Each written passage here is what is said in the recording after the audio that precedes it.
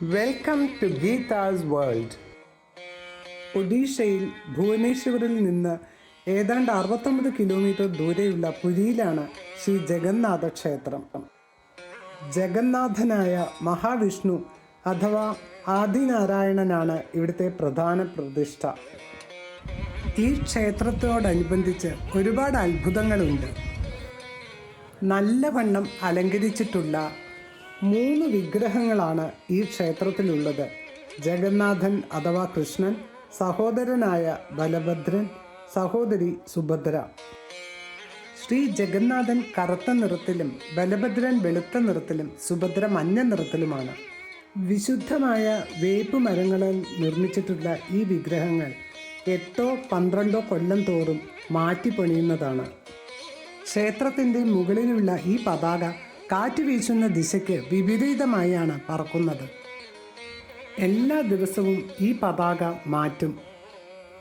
65 metre ഉയരമുള്ള ശിഖരയിൽ ഒരു പുരോഹിതൻ വേറെ സഹായമൊന്നുമില്ലാതെ കയറി പതാക മാറ്റുന്നത് ഞങ്ങൾ അത്ഭുതത്തോടെ നോക്കി നിന്നു. നോക്കൂ, വെള്ള നിറത്തിലുള്ള പതാക ഇപ്പോൾ മഞ്ഞ നിറമാണ്.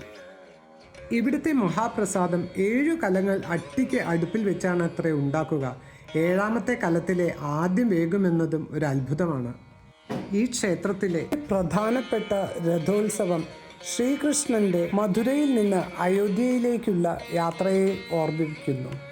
12ാം ദശകത്തിൽ പണി കഴിഞ്ഞ ഈ ക്ഷേത്രം കൊത്തുപണികളാലും സുന്ദര ശില്പങ്ങളാലും അലങ്കൃതമാണ്. ക്ഷേത്രത്തിൻ്റെ മുകളിൽ 1 ടൺ ഭാരമുള്ള ചക്രം നോക്കൂ. ഇനി അത്ഭുതം കേൾക്കണ്ടേ?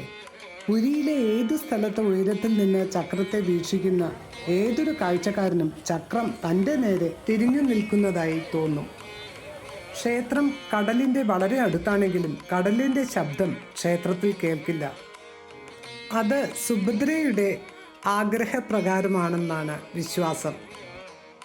ഇനിയൊരു പ്രാവശ്യം രഥോത്സവത്തിന് പോകണമെന്നുണ്ട്. ക്ഷേത്രത്തിൻ്റെ അകത്ത് ഫോട്ടോ എടുക്കാൻ പാടില്ല.